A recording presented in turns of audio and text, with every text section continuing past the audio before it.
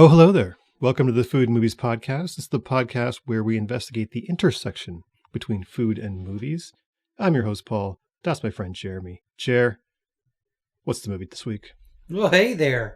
We are doing, what did we say? I think last week we said we were going to do something, and then we have Inglourious Bastards. Inglourious Bastards. We called an audible. I just felt the food wasn't... There are a couple of great food scenes, but not enough to really carry an entire podcast. So out of our ass, we pulled this movie, Burnt. Starring Bradley Cooper's variable hairline. Yes, it is. It is burnt, and I feel burnt. You feel burnt? But we'll get into that in a second. For those of you who are new to the podcast, the usual format of the podcast is that Jeremy and I will have an introduction and then discuss all the instances of food in popular movies, and we overthink them, tell jokes, and go on tangents. And then we have at the end a wrap-up and food awards. But this happens to be an anomaly because this is a movie about food, and so there was literally too many instances of food to really read into. So we're just going to go ahead and, I guess, review the entire movie as a food movie. And that's how we're going to attack this, people. I don't know what to tell you. There's not a whole lot here that we could really opine on. We did our best, and we'll do our best, but we'll see how this goes. Because we are establishing a new genre of film criticism here, people. This is improvisational film criticism based on food. So this is improvisational food film criticism. We invented it. There are no rules yet, so, give us a little slack on this. So I will give this movie credit for one thing.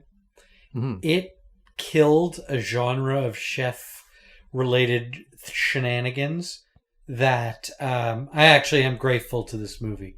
The whole, angry, disgruntled, alcoholic, middle-aged, weird chef. This kind of was the straw that broke the camel's back. Yep. It was one, I don't believe Bradley Cooper as this character. Nope. I don't get me wrong. I like Bradley Cooper and his, mysterious hairline. Hey, handsome guy, good-looking dude. Good-looking fella, has done some great movies. Likable, good smile, beautiful eyes. Let's go. Yeah, great eyes. Oh my God. But also there are other actors I like in this movie. Sienna Miller is kind of cool. She's done some good stuff. Beautiful. Daniel Brühl, I don't know what the umlaut there. I love the rolling of the R on that one, though. Yeah, I don't know. I'm not German, or he's born in Brazil or something, or Spain. Mm-hmm.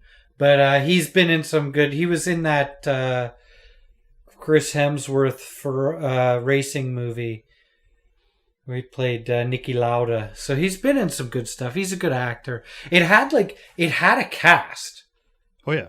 It had a cast of people. Uma Thurman had Emma Thompson was in it. I mean, it had a cast. It had what's her name? The Tomb Raider chick.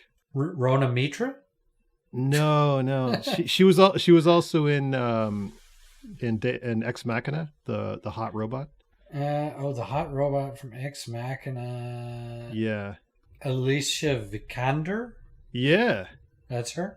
She played Bradley Cooper's ex. Yeah. Yeah, okay. So Alicia I didn't know she was in Tomb Raider. Lily James got cut out of this thing. She was fully in this as well. Lily James, was she actually was she cut out of the movie? Her role was reduced to a cameo, I believe, but she had a role in it, and then it was just Matthew Rhys was in there as the antagonist chef. Oh, I liked him. I actually liked him.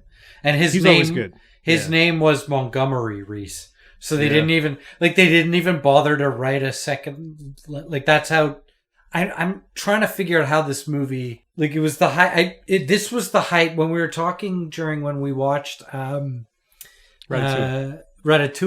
We were talking about the chef, the sexy chef movies. Yep. One being, and one that I actually enjoyed was Chef, the Jon Favreau movie. That movie, one day maybe we will do that movie. But this movie was kind of the antithesis to that movie. That movie was like very feel good, and he wasn't that much of a prick. He kind of lost his mind a couple times. But this movie, Bradley Cooper was like a sociopath, and the people around him were sociopaths, and then it made for a very unbelievable narrative to me. Yeah, I completely agree. This movie, this felt like a committee made this movie from the start to the finish. Everything about it felt like a committee. There was nothing interesting about it. It had a very formal, old school Hollywood 3-act structure with all of the trappings and everything. And I mean, it really had... Sorry, go ahead. No, keep going. Sorry. I got excited. Well, I was just like, the thing I noticed about this, by the way, just for the people listening, if you haven't seen the movie, it's Burnt. It's about Bradley Cooper. He plays a disgraced chef who has been kicked out of his Paris restaurant where he was mentored by a very great chef. Does penance in New Orleans, shucking oysters. They say he shucked like 1,000 oysters, something like that. A million. Probably million oysters. He said 1,000,000 oysters. Yeah, 1,000,000 oysters. Then now it's his redemption story. He goes back to try to redeem himself. You know, there's a love interest. There's a rival chef. Every single cliche you can think of in like an old school Hollywood movie, they stuffed into this film about a chef.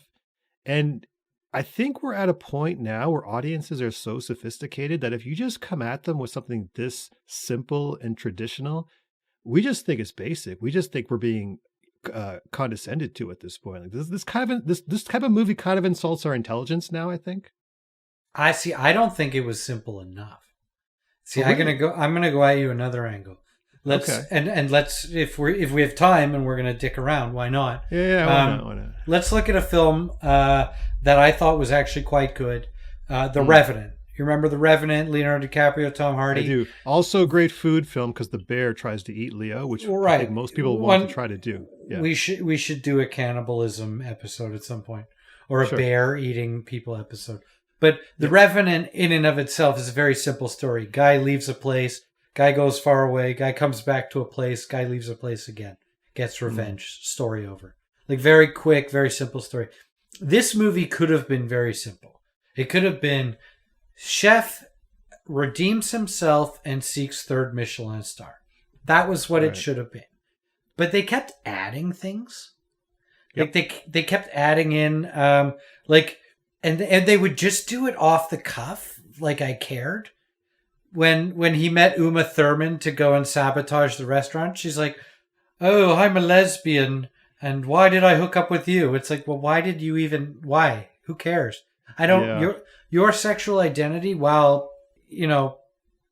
maybe. No, sure. I was going to say this is a cliche. I shouldn't have said simple. I should have said formulaic. Yes. That's the word. Yeah, so if you notice that this script was clearly written to attract a star, like a Tom Cruise level star. Yeah. And in a Tom Cruise, Mel Gibson type movie, every chick has to want to bang that movie. It has to be expressed somehow. Yeah, to create the hero myth, you know what I mean? And so even the lesbian. even the lesbians want to bang this guy, you know what I mean? But this guy who's got a terrible personality. He's not very charismatic. He's just an asshole. He was an asshole the entire film. Like, I didn't believe his redemption. I didn't believe much about him. And I like Bradley Cooper. I kind of thought that this movie was Bradley Cooper being like, I like cooking. Why don't I make a cooking movie? And then he went out and because the director's the guy who did he's a big TV guy. He has not made a movie since this. It's all been TV. Yeah. But the director's a well-respected TV director, don't get me wrong. Yes, he is.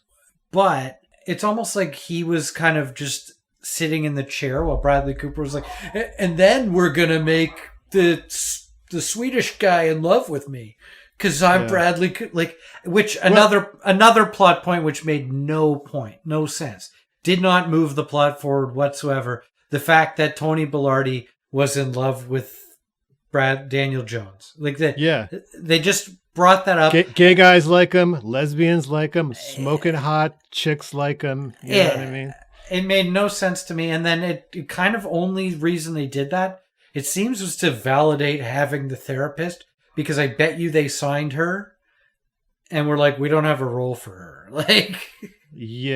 We'll make a therapist, because if I were an editor, I would have cut that entire therapy thing out. Well, here's why I think you're right about that, and which I like to say a lot. Jeremy's right about a lot of things, people at home. But Not about what's dairy and what isn't, but otherwise, right. yeah. Other than that, he's got a pretty good record of what's right and wrong. But I'm so glad you pointed that therapist character out, because I immediately, when I first started watching this movie, everything, all the information is transmitted verbally through a dialogue, which is the lowest level you can give information. And every single character, remember back in Paris when you did that thing back in, we were working together? Yeah. I haven't forgotten that, man. You know what did I do? Well, you did this. And it's like, all right. Okay. Yeah. And then like, all their backstories, all the information is just blurted out verbally in a very direct, stupid way. And so the having the therapist there, basically to tell us, if we haven't figured it out, what this man is literally feeling as he's going through this movie. It's just the lowest level, most base way to make a film and deliver information. I just really hated it. It's like it's instead of having an ancient Greek chorus, which is a very viable way of doing it because sometimes you need to fast forward the story. It's just like you're breaking the fourth wall every 20 minutes just to be like, oh, just in case you didn't know, this is Montgomery Reese, his biggest rival chef, and they did work together, and they hung out together, and they had some good times. Yeah. And listen, you can do that in a funny way, but it has to be I think there is a modernity to filmmaking that's going on now, which is much more sophisticated. And this is an old school. I think this is when we realized that certain movies were just too old now. Like, this was an old school movie, and we don't just want to accept it anymore. It's just too base. I mean... Yeah. I mean, I don't know if... I think they just rushed the writing, or they didn't have good writing. I don't know who wrote this. I think it's mostly the writing. I think that just the script is not very good. It's so much cliche and... Yeah, just everything, especially...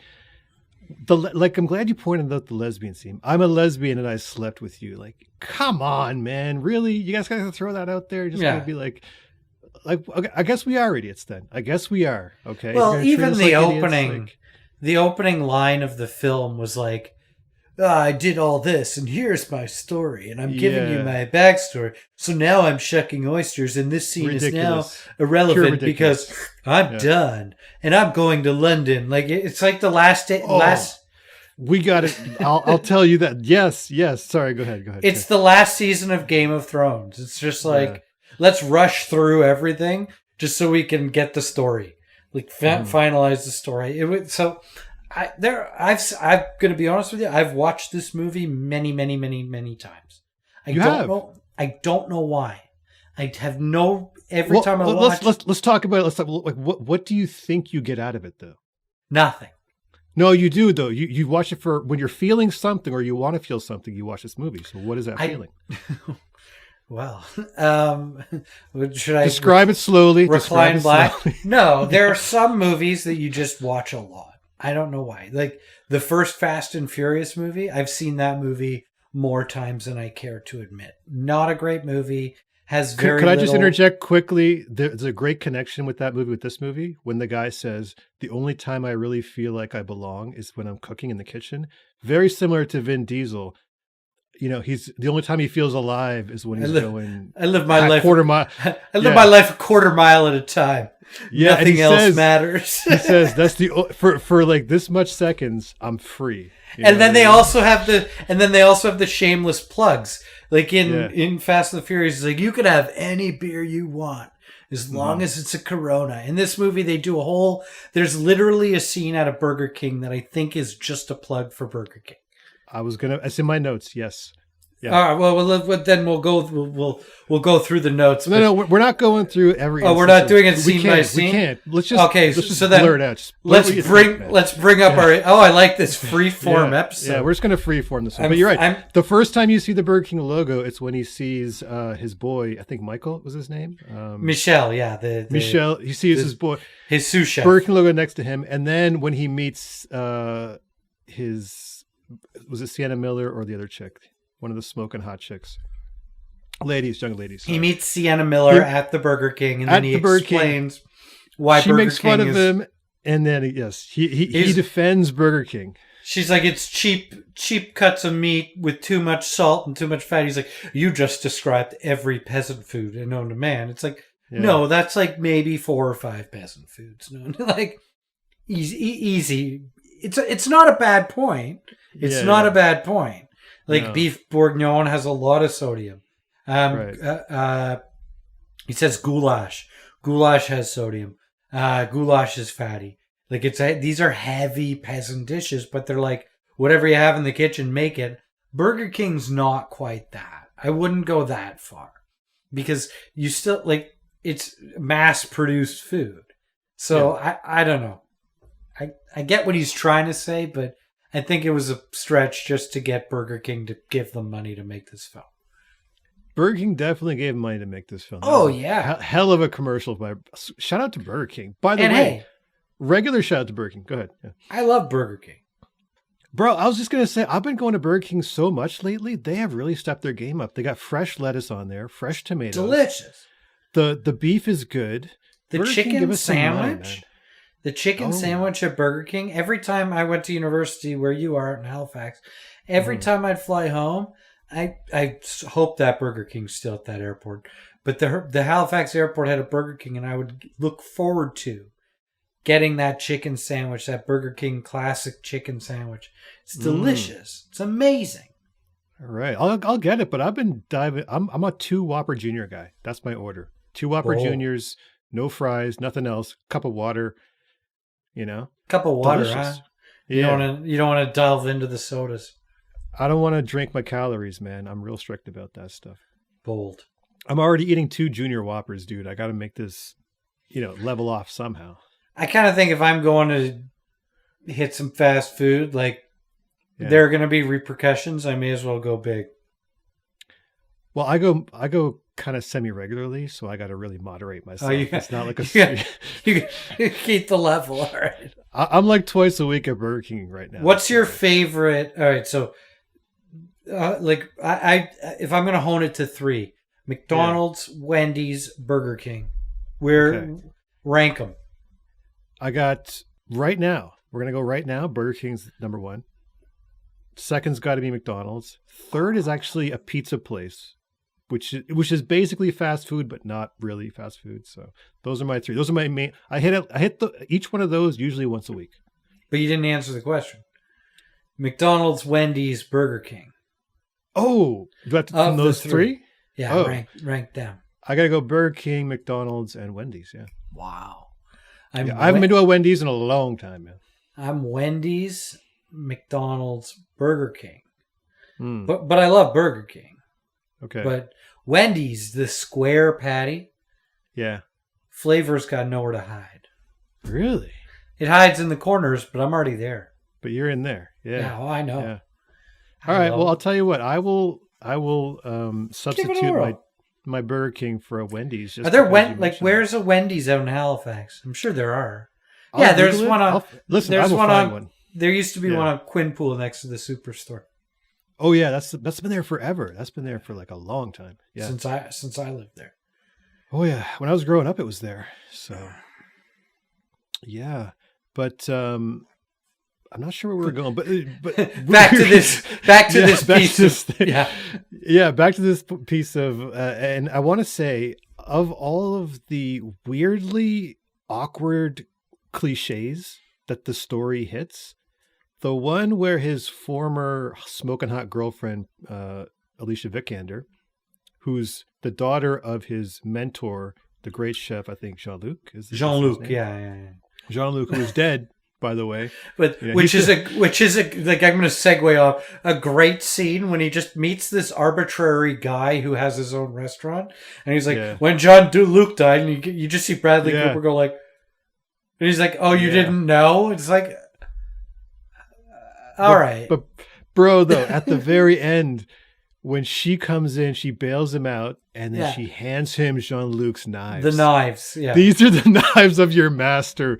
Yeah. Go, young Jedi. You now have the strength to complete your quest. You know what I mean? And then it was just, you could see all the little delineations. Okay, this is when, there's like in screenwriting, there's actually like this is the midpoint. Like this is the inciting incident.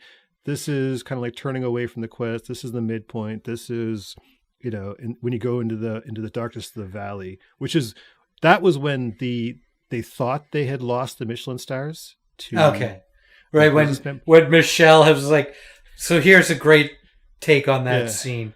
The scene where they lose the Michelin star is one of my favorite scenes because that was a great scene. That was a good scene. Michelle, literally, they cook the food, right? Mm.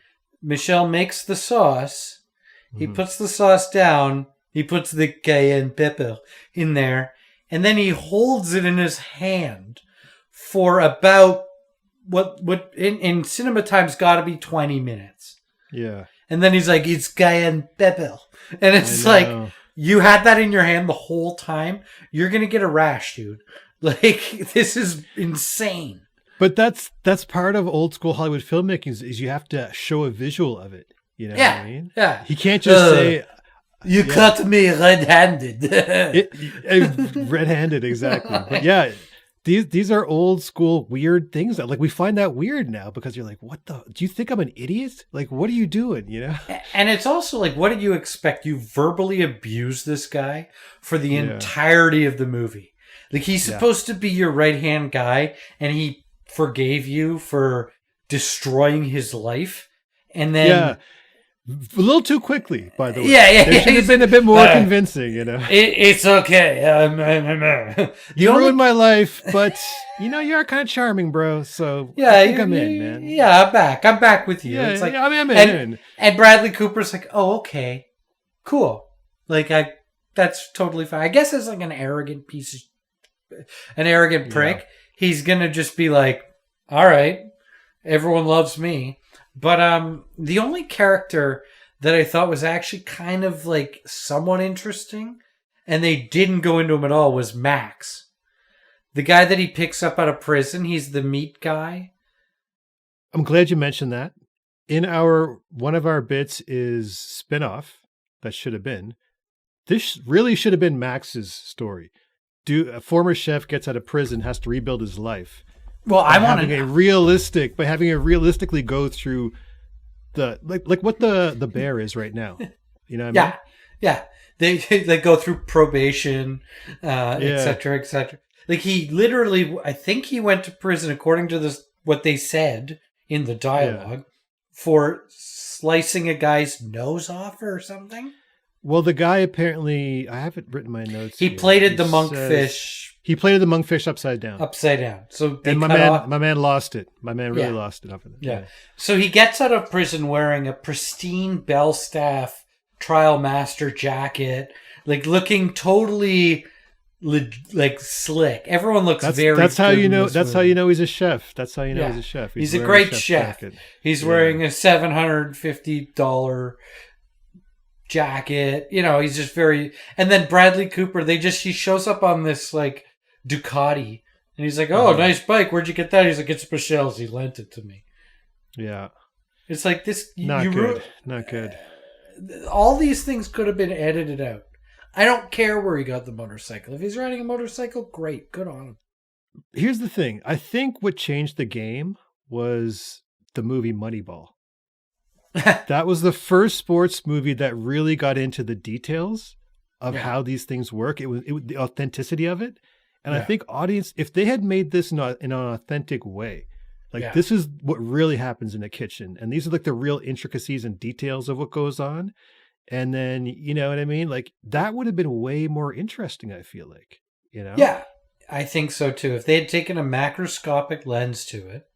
Yeah, like when they were talking about how Michelin stars are awarded, that little explanation, if they could have done that for a lot of these things, like this is what happens when the fish comes in like this. This is what happens when this happens, and explain certain things in the sauce. Most people do this with their carbonara. I actually like to do this, which makes it a little bit better. You know? Like stuff like that. Yeah. And there were glimpses of that. Like, so for example, when he meets Sienna Miller, he tells her she's making cacio e pepe. Which I'm going to put the recipe up for this. It's a very overdone dish, and I think, but what are we going to call it then? we'll call it overdone cacio e pepe. Well, let's call it ubiquitous cacio e pepe. Okay. Because I mean, Babish has done it. Everyone's done it. Cacio e pepe, though, if you can cook it well, it's like the French omelette. Or there are a few things that we've featured on this show. We should start a segment called, I'm not sure what, but like we've already got an omelet. We've got breakfast handled for our listeners, right? This could be dinner handled to look impressive. Yeah. Yeah. This is the fool your friends into thinking you're a great chef. But segment. It's not an easy dish. It's 3 ingredients. Most pastas in Italy, like most of the classics, aglio olio, cacio e pepe, carbonara. A lot of these dishes are like 3 or 4 ingredients. Cacio e pepe is literally pecorino, ground pepper, like grated pecorino, pepper, pasta, water, maybe some olive oil, I think. I forget. But you're creating an emulsion with the pasta sauce. It's heavy on the pepper. And Bradley Cooper's like, you toast the pepper, which is true. That's a truth. He clearly talked to, and I know that for doing research for this movie, you could tell he talked to Gordon Ramsay. Like apparently he shadowed Gordon Ramsay for a little while, and you could tell because he's like, yeah. And if you watch Gordon Ramsay on TV, he's always yeah. Are you paying attention to me? Yeah. Like it's just that like bravado that I don't know if that exists in a kitchen anymore. We talked about this when we did Ratatouille, and that like are these kitchens with the flames and the anger and the rage, and I think they get into it a little bit. He talks about a little bit like when they're talking about how they call the frying pan. She says the commies call the frying pan drawer the museum because it's an old way of cooking, and he's railing against sous vide the whole movie. You notice that? Like he's very anti sous vide. Even when he gets wasted, he puts the bag on his head. He's like, that was he had a weird anger towards sous vide. Which he really hates sous vide. That was kind of weird, right? It's funny because there are a series of I've talked to chefs. I used to be related to one who, when I told them I bought a sous vide, they were like, "Well, that's not real cooking." Oh, okay. And it's like. All right, there you go. Chefs don't like sous vide. Well, no, hang on. Pump the brakes. I said, this person was a chef years ago, but like anything, like somebody who works in technology, if you work in computers and you're not always up to date on the latest thing going on with computers, you're just going to be a fossil, right? Right. It moves quickly. Cooking is the same way. Sous vide came around, a few decades ago, and it was big in kitchens, and it made sense in kitchens. Basically, you put it in a bag, you warm it, you let it, and it can just sit there for hours until you need it. Then you pull it out, you sear it, and it's done and out. Like it sped things up in the kitchen. It was invented in France. Then it became very popular in home use, and it actually kind of caught on. And a lot of chefs... the YouTube guy who does the sous vide channel is killing it, man. Sous vide everything. Oh my god, that guy's love that guy. Yeah. That guy's great. Him and his buddies, yeah, they all tasted in the end. He's very funny. Good guy. But so this person was like, "Oh, no real kitchen uses sous vide." I'm like, go to any restaurant in downtown Toronto right now, and I guarantee you they're using sous vide. Because it makes a lot of sense. It's very smart. The only thing about sous vide that's not great is it's wasteful. There's these plastic bags that you could get reusable ones. I don't know. I like it. I use it for certain things. There are certain things that are just easier to cook otherwise. But his anger against sous vide in this movie is very and then Sienna Miller brings it in, and he's like, "Oh, I guess I can do it." And he keeps being like, "It's a condom. It's a condom." I don't know. It's weird. It was a very dated thing because most kitchens use sous vide now. Sorry to kill the mood with my sous vide rant. Well, it was kind of an endorsement, I think. Oh yeah, as far as I absolutely. can tell. Yeah. Sous vide is great. Very easy. Yeah, I think that actually is a great metaphor for what this film is. This film is trying to cling to the past, but the world has moved on. We're more Hmm. sophisticated now. We expect more now. You know what I True. mean? So I think the sous vide machine is a great metaphor for that. And I mean, look, the movie was entertaining. Don't get me wrong. There were moments The in it that I was entertained. There's a lot of great food, food. the food Yeah, porn was fantastic. a lot Truly of great fantastic. food Yeah, porn. we can't take that away Um, from the movie. If you're into food porn, this is a movie for you. Phenomenal food porn. like that scene in the beginning where he hoodwinks Uma Thurman into coming in and messing, like basically taking over a multi-million-dollar restaurant. Yeah, that was ridiculous. That was truly ridiculous. But Very unbelievably ridiculous. You know, but it's like, the grouse he ah, cooks, my God. the grouse he cooks, and then I think it looked like it was either halibut, turbot, or cod with the Mhm. cucumber slices like armored onto it. Right. That was like beautiful looking food. Yeah. Yeah. Incredible looking food. It looked delicious. If that was the director doing that, or whoever the second unit, whoever shot that, shout out to you. Perfect. Phenomenal job, you guys. Well The shot. guys who did the food shots, and whoever was actually preparing the food and choosing the food. The actual food in this movie, second to none. Tremendous. All of it, all around, looked delicious. Looked immaculately plated.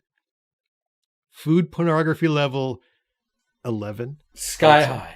It Sky looked high. like Michelin starred food. Like I've eaten 3 Michelin star restaurants, and the level of presentation that they bring sometimes is even like to the point where you're like, this is kind of ridiculous.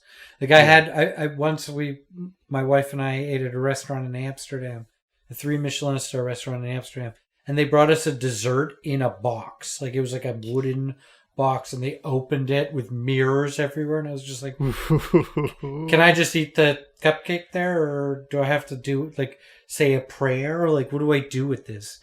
And he's like, no, the entire box is edible. You know? Yeah, and then you're like chewing on wood for an hour. You're like, this isn't that good. Yeah. But they did get it right in this movie. Like going back to what you were saying about how on point you have to be as a 3 Michelin star restaurant. It's not just the food; it's the service.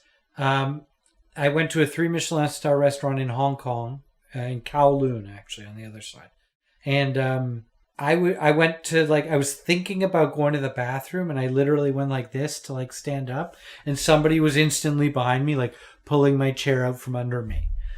Oh my God. Like they were at the point where I was wondering if they had read my mind. It was that weird. I went to another 3 Michelin star restaurant in Italy, in Florence, where they had a water sommelier, No.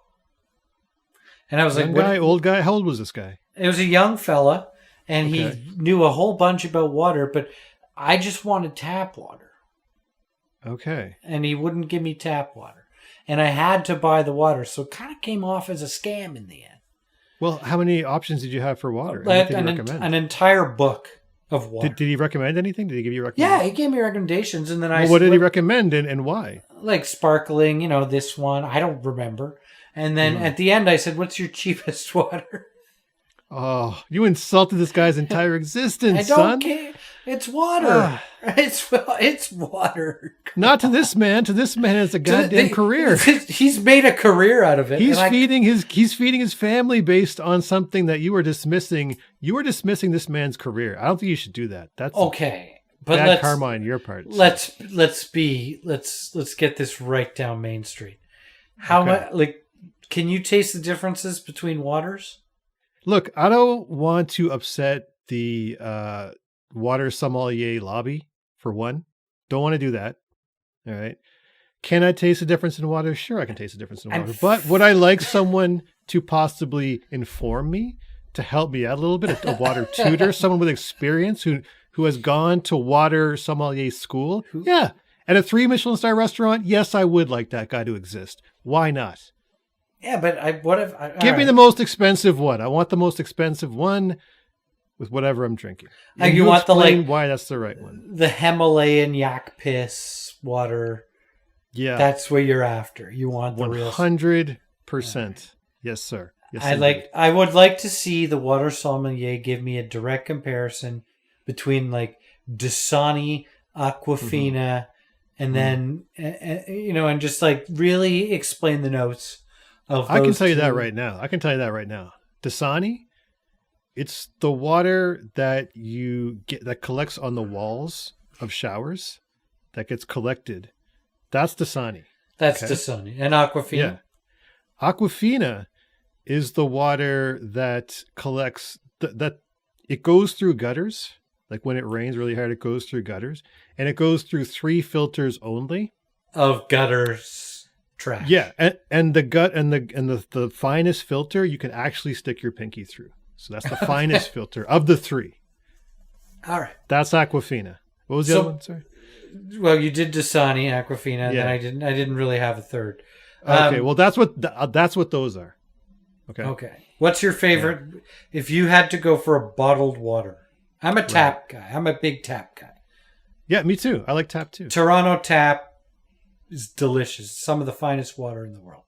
I'll take tap everywhere except America because you never know down there. So. Yeah, it's certain parts for sure. Or Mexico. I'm not going to do it in Mexico. Right, can't Which do Mexico. Sorry to Mexico. We apologize. I have drank the water in Mexico and I've never had an issue. But I've seen other people. Maybe I just have a stomach. I don't know. But bottled water, if you're in a store and you're looking at the wall, what brand are you grabbing? I think you're getting laughed at if you take anything other than Perrier, man, at this point. I mean, so you're a carbonated water kind of fella.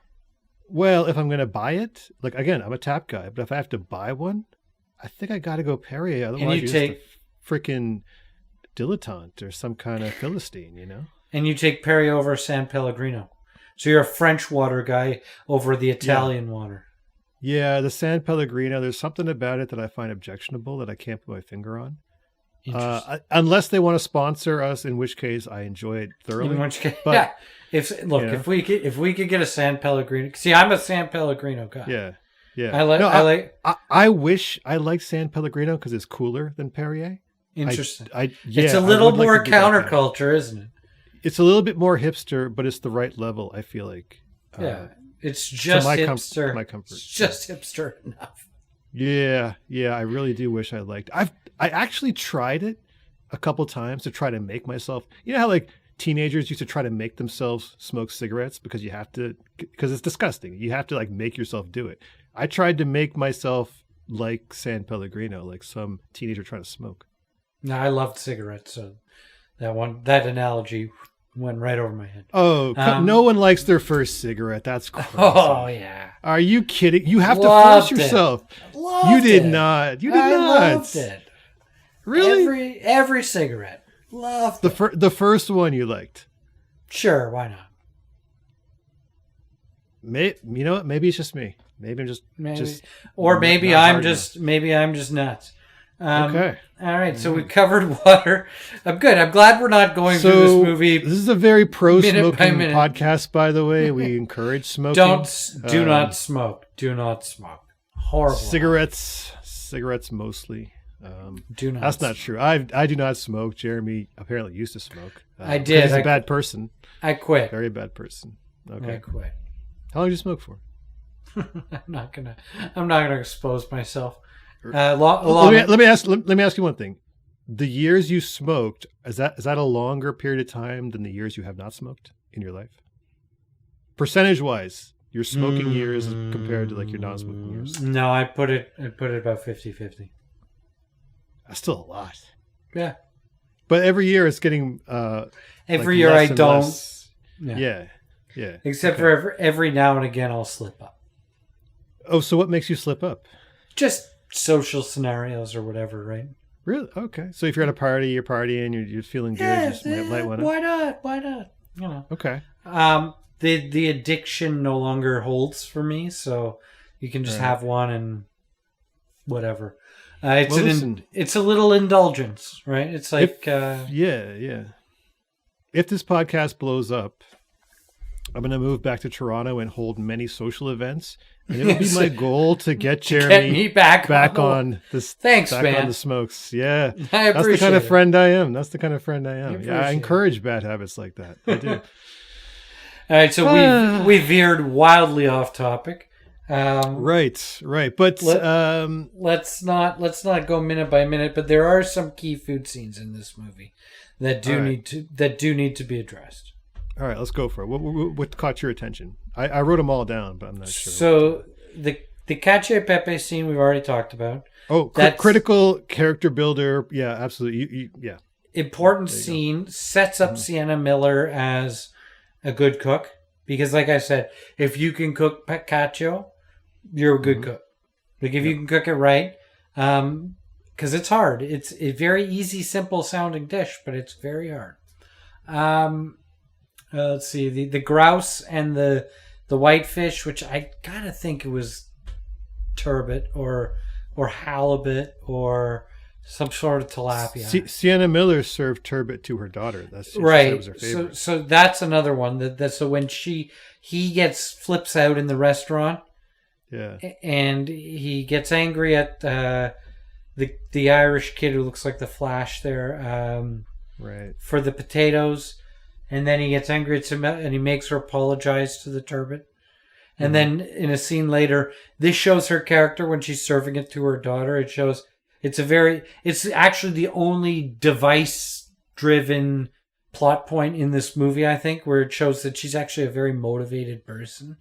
Right. Because she's still cooking turbot, even though she hates that guy and she left the restaurant. It shows that she still wants to do it. It was actually one of the smarter uses of food in the movie.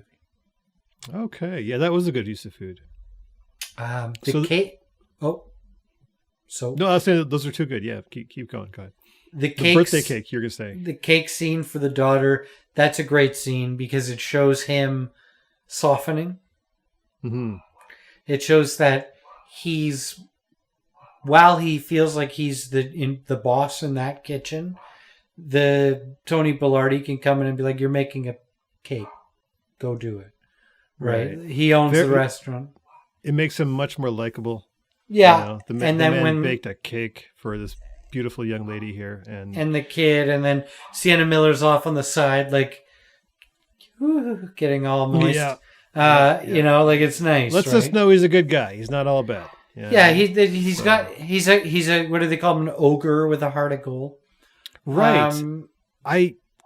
Sorry, Jeff. I no. With that, actually. Please, let's sidebar. So just in my life, I have noticed that, in this movie, you can see Bradley Cooper is a horrible human being, but all these people still seem to be drawn to him. What I've noticed in real life is that a lot of people I know who are really just display a lot of bad behavior. Here's what you do. Here's what these guys do. They're jerks. But every now and then they do something nice, and that tricks people into thinking, oh, underneath all that, he's a good guy, which is the right direction to go in. Because then the other kind of dudes I've known who are like, they're overly nice dudes, people don't trust them. And then if they F up once and do something jerkish once, they're completely written off. Yeah, they're like, oh, you're a fake nice guy. It's not. So, lesson to the kids at home. Be a jerk who's nice every now and then. Be an asshole. Well, it's like it's Stockholm syndrome, right? Like it's a very mild Stockholm light, right? It's but that's very, very true. Yeah. Like I should just identify at this point. I'm joking, people. Please don't be jerks. just don't be jerks. Oh, I'm not kidding. Be it no. Yeah. No, but just be fair, is all I'm saying. Be fair. Don't be overly a jerk. Don't be, It's an interesting point you make about society, right? Like it's the bad boy, right? The bad boy image, that kind of thing does, as much as people don't want to admit it, it does resonate. Mm-hmm. If you have an edge, if you're kind of an edgy who's the most famous chef in the world right now? Gordon Ramsay. Is it Gordon Ramsay? He is a jerk. That man is a jerk. Yeah, but then you see him being like the sweetest dude, and you're like, oh. See what I'm saying? See what I'm saying? Oh, Gordon. See? Oh, you're helping the ex-cons. Good for you. Yeah. Oh, you're giving out turkeys at Thanksgiving. you know that Gordon, he seems tough, but he's actually a sweetie. This guy is exploiting us all. F this guy, man. If you yell at me like that, Gordon Ramsay, if you get in my face like that, I dare you, sir. Try that with me. Wow. See what happens. I like it. It. You're just calling him on to like Schmindian or cinnamon sandwiches. I would love it. Oh, I love it. And you know what? I'll have your back. I cannot. I watch those things and I'm like, how is this person not slapping the crap out of this guy right now? Well, have you seen the things? Where were they raised? Where were you raised, man? Have you seen the things he does on TikTok where somebody cooks something and says like, "Hey Gordon, rate it," and he actually does, and he's like, "What the hell are you doing?" No, that's because he's an attention whore. That's what he like. You know, he wants the attention. He wants the fame. He's like, I'm sure he's a decent cook, a respectable guy, but he's nowhere near as famous as he should be. Gordon Ramsay. Gordon Ramsay. I'm fairly certain. I'm fairly certain he's a very good cook. But he's not the best. Well, who knows? Like the guy who mentored him was Marco Pierre White, and Marco Pierre White was very good. He's still around. And then there was like Marco Pierre White was the original Hell's Kitchen guy, but he was too mean. Like he was like dark mean, and people were like, "Oh, geez." And then so they got Gordon Ramsay to do it. Gordon Ramsay's mean, but he's also kind of tongue in cheek about his meanness, I think. Okay. I don't know. There was a whole formula to that. And this movie we're talking about right now literally killed that. Like it literally destroyed that notion of if you want to work in a kitchen, you have to put up with this savage human being. Because why would you? Why would anyone do that? It's people did back in the day, apparently. Oh, like, and according to Anthony Bourdain, that was like that kind of was like how it was, I guess. But like in advertising, when you and I got into advertising, it was a lot harsher. I had creative directors that were like, "This work is actually a POS. Like, don't show this." Now they won't do that. Now they're like, "Oh, that's nice. We may move forward with it, but you have better work." Right. Like I know I have better work, but I'm giving you the POS because I got to try everything because I'm trying to make money. Here's the thing. There are some films that are known for the great shellackings that certain characters, specifically verbal shellackings. Like I think the most famous one is Whiplash, where the movie is literally about that. That's what it's about. It was entirely a setup so that the audience could just endure with this dude all these harsh criticisms, which is never anything has ever seen before. Like no one's ever. I can't imagine. I've never met anyone who's gone through that kind of a verbal assault for so long, and so we're kind of intrigued by it. It's almost like it's some kind of pornography that I don't think we have a name for yet. No, it's like Schadenfreude, but even sicker, right? Like you're just watching someone just get annihilated, and that's the basis of I think reality TV. Possibly, but when it's verbalized, like everyone talks about in Glengarry Glen Ross, you know what I mean? That Alec Baldwin scene where he's crapping on these guys. Everyone talks in like Full Metal Jacket with the sergeant there. Like that's like there's something that's about a great. Like, we like when it's really done well. We like people getting insulted to their face in the most brutal way. I think that's why we like Gordon Ramsay. Actually, that's probably where that comes from. What was the Glengarry? It was Glengarry, and then they did it was almost like a bad remake of it with Giovanni Ribisi and Boiler Room, with Affleck, and he was like, act as if, or that was clear. That was obviously a Glengarry Glen Ross ripoff. Or the one guy's like, he's like, how many of you are SCSC licensed? And the guy's like, I am. He's like, get the hell out of here. We only want. We're training. We're not. That actually that's one of Affleck's best roles. I love that. I enjoyed that movie a lot in a lot of ways. It wasn't a terrible film. People for some reason we like watching people getting dressed down. I'm not sure why, but I guess it is Schadenfreude, you know. I think Glengarry Glen Ross and Boiler Room to that extent. It's not so much dressing down the people; it's watching the guy have that power. right? There's something that is aspirational about that. And I think that with Burnt and these other chef shows, I think that kind of made people want to be in that industry. Like, what kind of person is attracted to that kind of somebody that wants, communication? somebody that's probably deeply insecure and wants to be. That's me for sure. Sure, wants to be the berator, not the beratee. Yeah. Right. So, how long are you willing to put up with being the beratee until you get to be the berator, and then now? So it's just a cycle of verbal abuse that goes on. You get verbally abused. Once you get to the executive chef level, you feel like, all right, it's my turn. I'm gonna give these guys what I got. Or I'm sure a certain percentage are like, you know what? When I get to be an executive chef, I am not doing that. F that. I don't want to be that guy. You know. Same thing with creative directors. Yeah. Right? How many times have you had your portfolio just destroyed by some guy? Oh, all the time. Because that guy's a prick. But then you say to yourself, I'm not going to do that. Yeah. And then I turn around and go destroy some kid's book just because I'm having a bad day. Yeah, no, that's not nice. You have to be constructive, you know what I mean? Like, no, I never have and I never will. I don't feel that does any good for anyone. I just think we're all adults, man. Like, we can talk without emotion. We can just kind of like be honest with each other without actually resorting to the, I guess, well, in offices, it's not really this direct. In offices, it's more passive aggressive, which still comes off as annoying, maybe more so than being direct aggressive about it. But yeah, I don't know. Yeah, I don't do well with passive aggressivity. Okay. Yeah. Other food scenes. Yeah, I imagine you wouldn't, Chair. I imagine you wouldn't. Yeah. Well, see what I did there? See that little way I talked to you right there? That was like, well played. I was saying F you without saying F you. You know what I'm saying? Yeah. You're full of. Yeah. Listen, in the house I grew up in, you had to be a black belt in passive aggressivity.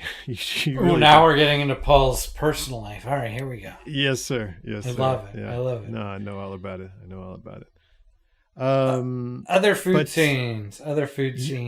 Yeah. So that is a little, I guess, examination on, I don't know, genre, I guess, but there is a trope in movies where you take someone and you dress them down, which this movie was a part of. Again, Glengarry Glen Ross was famous for that. Boiler Room was famous for that. Whiplash, most famous for that. Yeah. I believe also Swimming with Sharks, which was a movie with Kevin Spacey, who, in a foreshadowing of reality meets movies, plays a jerk from Hollywood who gives his assistant heck for 2 hours and then screws him over in the end. Some amazing dressing down scenes in that movie. So if you're into seeing people getting yelled at, there's a couple movies out there for you. Maybe we'll put a list together in the next episode if I can think of it. So we'll put that in the show notes. Great Hollywood movies where people are getting their ass handed to them. So that's moving on, though. But that scene where Bradley Cooper dresses down the entire room was actually one of the most cringy, awkward scenes in a movie. Like, it's just like I get it, but it was just like, it was so cringy. It was just it was over prepared. Like it just seems so forced by him, like completely unnatural. Just like, you are fake, sir. You are a fake person right now. And someone at that level of rage is not going to have that well prepared a speech or pronunciate that well. The way he was pronouncing the word, like. He just looked completely out of place, like just not buying it at all. Oh. Yeah, and like making Michelle eat the weird scallop. And like, it's just like, I get it. I get what you're trying to portray him as, but you didn't need to take it there. No. And then that could have been done so much better. I don't know if it was better written or something, you know? Literally the next day, after being physically abused in the workplace, he grabbed her by the collar and like shook her. She comes back like the next day. Yeah. That can't fly. That's not gonna fly, man. That's a lawsuit at best. That's not gonna happen. Yeah, that's not cool anymore, man. Like we can't be doing that. Yeah, that's assault. And also, as soon as the first interaction with Sienna Miller, I mean, everyone knew everyone knew they were not gonna get along at first, and then eventually they were gonna, start holding hands and kissing. We all knew that. Every single human being knew that. Surprise and delight me here, movie about food, which I wish I loved, but I really don't. Dude, honestly, you know what would have been a better plot? If he had hooked anything, up, literally anything. If he had hooked up with Tony Bellardi. Yeah. He's like, my therapist said you're in love with me. Let's get it on. And then the two guys went at it. Like, right. That would have been at least interesting. I wouldn't have seen that. Throw me a curveball out here. Give me something. Yeah, in these food movie streets, people. Come on. Let's do something with Bradley Cooper, who is definitely not gay. We are definitely not saying that. No, we're not saying it, but we, as a show, make a firm stance here and now that Bradley Cooper is not gay. That's what we say. Well, I don't want to. I don't want to get looked. Maybe he is, and this is not libelous. There's no way. There's no way Bradley Cooper is gay. You understand me? Okay. Don't even try. Don't even listen. Whatever you're saying, don't say, because Bradley Cooper is not gay. So please continue. Paul is saying one thing, and if there's, I thought we were through this. I am not, Jeremy. I am. Do not call that. Do not say anything I say about Brad Cooper's sexual preference is purely speculative, and an assumption, and is no way. Bro, you're gonna get in so much trouble for this. You are gonna get you better. You're gonna get in trouble, man. They're gonna cancel you. Okay. Just say he's not gay. I'm not doing it. Bradley, you have to say it's his personal preference. They're gonna take us down. Okay, sure, yeah. Bradley Cooper, not gay. Not gay. He's not gay. All right, thank you very much, Jared. All right, back to the. Unless I don't know why you went on that weird tangent like that. Like, what was that? Unless he wants to be. Oh no. Anyway, oh no. Other big food scenes. There is a French omelet scene, and it is a very good French omelet scene. I'm not going to lie. Okay. It's a weird scene in the movie. Was it better than the Ratatouille French omelet? The French omelet itself was better.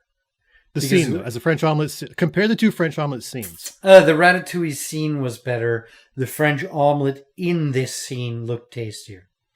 The real French omelet looked better than the cartoon 3D French omelet. Yes. For the record. And so Bradley Cooper has lost his mind. He's struggling with his sexuality. No, I'm kidding. No, he's not. No, he's not. Shut up. Bradley Cooper has lost his mind. He's drinking. He fell apart, which, by the way, was a clause of his therapy that if he did fall off the wagon or get on the wagon or whatever the hell the term is, he would lose the restaurant, lose everything, yet they just glossed over the fact that he didn't. Right. He shows up at that restaurant. He tries to kill himself with a sous vide bag. And then his buddy, Montgomery Reeves, his rival, cuddles him gently and then cooks him an omelet in the morning. Which it looks like a great omelet. It's a very tasty looking omelet. The only thing about this scene that really irks me is not the omelet. It's the... Bradley Cooper is probably pretty hungover at this point. Like he went out on a rip. He had a good night. And if I'm hungover and somebody is smoking while I eat an omelet, like a hot omelet with just an espresso, and he's just smoking, no, that's not going to work. That's a very disgusting scenario. Horrible. And this is coming from a person who admittedly loved smoking when you smoked, right? So but when you were smoking. I never smoked when I was hungover. Okay. Couldn't do it. The French omelet espresso setup looked really impressive, though. It looked like a good hangover cure. I will say this: if you wake up and you eat a French omelet and drink an espresso, I think that makes you just by that fact alone, that one meal choice, I think that makes you cooler than 75% of dudes. Or just in society. In society, yeah. Like the oatmeal guy's got nothing on you? No, I think you got him. I think you got him as far as coolness goes. So if you're in an action movie and you're like, I ate a French omelet and an espresso for breakfast. Right. You're now the badass in the movie? Well, now it complicates things because now I got to think of action movie rules because I'm in a different world now. I was thinking in the real world. Yeah. Oh, just I was thinking in the real world. Action movie. Yeah. No, you got to do something horrible for breakfast in an action movie. Like Schwarzenegger in End of Days, he puts a bunch of stuff in a blender. All right. And drinks it. You know, or like drink pizza, or like a thing of apple, like raw eggs, and a scoop of protein, and he blends that and drinks it. And then Stallone in Cobra, famously, comes back into his very modern 80s condo, opens a pizza box, and takes a slice of pizza and cuts it in half with some scissors. Yeah. And just eats like the tip of a pizza slice for breakfast. No one knows why, but it's always something not good, you know. Yeah. For action 80 stars in the action stars in the 80s. Food in action movies is very weird. We should probably delve into that. Having a bad breakfast was like a must if you wanted to be an 80s action star. It was a trope. You couldn't have a good breakfast. You just couldn't. It's hard to start your day that way, right? Like they start their day wrong, and so then their day usually goes poorly. We've danced around this topic many, many times. If you start your day right, you're going to have a good day. If you start your day wrong with just the tip of some old pizza that you've cut with scissors, you're going to have a bad day. Right. Pulp Fiction proved this. That was our famous Pulp Fiction realization. Yeah. So, don't sleep on breakfast. Literally, don't sleep. We need the breakfast agency on the line right now. That's the line. We are revisiting this topic. Whoever is the agency that represents Big Breakfast out there, here's the line. Don't sleep on breakfast. Don't do it. Send me the check, people. That's the line. I got to get that as a URL before someone snaps it up. Don't sleep. I get the YouTube thing too. Yeah, don't sleep on breakfast. But anyway, But again, action movies is the opposite of the real world in that the bad breakfasts are good. Real world, French omelet and espresso for breakfast makes you cooler than 75% of the dudes in, I would say, North America. And look, if you're having a basic French omelet, like if no cheese, no nothing, just like egg, and salt, pepper, and like some, maybe if you have the time, some chives cut up on that. Yep. That's not a terribly unhealthy breakfast. That's pure protein. It's healthy. It's cool. And I think you're washing it down with an espresso. Pinky up always. Whenever you drink espresso or any other, if you can put your pinky up on any drink, you should put the pinky up. I'm a pinky up guy. It's always like for me when I have an espresso. I have an espresso machine only because I like to do this. Every time I drink an espresso, I feel like I'm a Sopranos character in front of Satrial. It's just like having an espresso. Like that's I don't even like espresso that much. I don't hate it, but the energy it gives you. Yeah, you know what I mean. Like you're in it for the energy.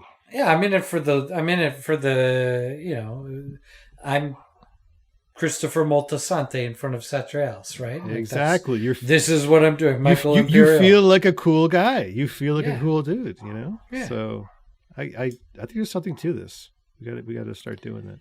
Other than that, the food scenes in this movie. Did anything else come to mind? The fact that he didn't dine with his staff during the family meals, family dinners, always seemed to be some kind of quiche. Pie based, like a meat pie or a quiche. There was always a pie and a salad. I don't know if that's a truth. I never worked in a kitchen, so I don't know if family meal is that. But there was. You're right. It was a good plot point in that he never engaged with them as a family. He was always kind of their overlord until he started to, and then it became a working, cohesive kitchen. I just wish they had spent a little bit more time discussing the food around the family dinners, because I think that would have been a good comparison to the things they serve as to what they actually eat. Yeah. So I wish they had done more with that. That was a cool thing. I wish they had done more. A nice detail they could have gotten more into. It looked good. I really, man, do you remember his arch nemesis, Reese? Yeah. When he's at his lowest point, where he's passed out in this man's kitchen and now he's hungover, and Reese gives him an omelet and he's talking to him. He grudgingly says to him, "You're the best." Yeah. Yeah. This is Ralph Macchio in The Karate Kid. You are the best. You know what I mean? Without no one else can do this. You're the best. We won't know where to go, right? Yeah. It goes. Yeah. I guess it goes back to that, like, lesbians want him, gay guys want him. Yeah, it's old school. Like, if Tom Cruise could write a movie about him being a chef, this is what it would be. You're the best. All these people want to have sex with you. You know what I mean? Like, everything you do is the best. But your own problem is yourself. That's the issue you have. Everything else you're great at. But if you can just get out of your own way, no other human being can really challenge you. The only challenge is in your mind, man. That's how good you are. And they actually, just to button it back to the beginning, he kind of alludes to that in the beginning when he says, my mentor, Jean-Luc, says, God created the best recipes, and it's our job, like with oysters and apples, and it's our job to, like, try and perfect them. Yeah. So, like, he basically states right off the bat he's trying to be a god. And then everything about him is godlike throughout this movie. Yeah. I call this the Tom Cruise school of filmmaking, where, like, even in War of the Worlds, where he plays a crane operator on a what do you call it? A shipyard. Yeah. He's like walking away. He's strutting away after he's finished his shift. And his manager is running after him and saying, "Hey, we need you for another 8 hours." And he's like, "I can't. I got to see my kid." And the guy's like, "Come on, you're the only one who can do it. You're the best." Like, even if he's playing that guy who operates a crane in a shipyard, he has to be the best. Like, he has to be like, no, if I'm going to do something, if I'm going to play an osteopath, I got to be the best osteopath. You know what I mean? It's like... It's like how, going back to Fast and the Furious, sorry, I know I go there, but Vin Diesel, Jason Statham, and The Rock all had clauses in their contracts where any physical fight they were in, they couldn't lose. So whenever the two fought, it would always end in a draw. Unless they were fighting, like, just like the stormtroopers, like, they would just kick everyone's ass. But so that's it, right? It's basically just like an ego-driven movie, which I didn't think, like, coming from a guy who pissed himself as a country music star in another film, I didn't think he was that kind of guy. I don't think it was him. I think it was whoever was in charge of making this movie, because this is all on the script level. So I think whoever is making the decisions on the script level, which I don't think, if it was Bradley Cooper, then yeah, it would be kind of egotistical. I don't know. I think it might be someone higher up who had probably had experience with these types of movies in the 80s and early 90s, where it was like straight up hero's journey type stuff, very standard fare. And there was a formula to it, and he kind of just stuck to his formula that he knew. This is all speculation, but that's what it seems like. Yeah, no. Maybe it is Bradley Cooper, maybe it's not. But I don't think he wrote this. Right. Like, with a guy with his various sexual preferences, I don't. Which are all straight sexual. I don't think he wrote this film, but I don't know. I didn't. Okay. I didn't care enough to look into it. All right, that's fair. All right, let's. I think we've beat this dead horse long enough. Let's. I didn't want to turn. Like, I really don't like having these negative, like, trash-a-thons that other podcasts do. I really don't want to do that. I try to get something positive out of it always. You know what I mean? If we can at least make it funny, I think that's good. But I don't like trashing movies like this, ladies and gentlemen. No. But I mean, look, it was a miss. It was a total miss. There's not much you can do. But we can learn. We can learn from it. You know, we can learn from it. We give it some suggestions. And look, as a food movie, I'm going to go right off the bat. As a food movie, I'm going to give it because the food in it was spectacular. And they did have some very good truths about food in it. So I'm going to give it a... What are we doing? We're out of 5, right? We're out of 5. No half whatevers. Okay, so I'm going to give it a 4 out of 5 as a food movie. 4 out of 5... I'm trying to think of what rating scale we can use for this movie.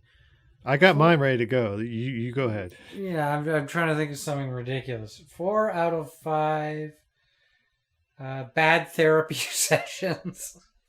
You have 4 out of 5 bad therapy sessions, which, I think I'm being a bit generous. I wanted to give it a 3. I can't go halves. So I'm going to give it a 4 because some of that food was shot beautifully, looked like it tasted good. So as a food movie, 4 out of 5. Okay. How about as a movie? As a movie, I'm going to have to give that a hard 1. Okay. As a food movie, I got to give it, like you said, 4 out of 5 extremely straight Bradley Coopers. As a movie, I got to give it a 2 out of 5. Ooh. Robustly straight Bradley Coopers. Robustly straight. Pure heterosexual Bradley Coopers. Yeah, the food. I love watching food pornography, which is not actually sexual. That's not a thing you can get in a porn. So I'm talking about. You know what I'm talking about. I'm talking about food porn. Is what I'm talking about. You can see it on YouTube, for God's sakes. But I live for that stuff. And no one wants to see. I feel like one of these schmucks that are like, running for office. Like, hey, no one's tougher on crime than me, And then he goes, but like, no one likes a great food movie more than me. And I wanted this to be so good, so bad. Mm-hmm. I'm not mad. I'm disappointed, Jer. That's all I'm saying. It's fair. I'm just disappointed. I wish it was better, and I think it could be, and I think food porn should be a genre of movies. I really think it should be. I would like to get into it personally. That's why I'm doing all my YouTube stuff. So listen, like-minded people out there, if you're into food porn as a genre of movie, please reach out to us. Put some social media out there. Let's make this happen. Food porn life. This movie could have used a lot of editing. But I think if they edited it was the script. If they edited out all the fluff, it would have been a 4-minute movie. Basically just toasting to Bradley Cooper's varying sexual tastes. But oh god. what's your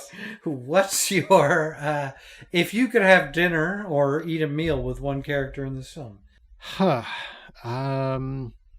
gotta go with our boy who went to jail. What was his name? Max.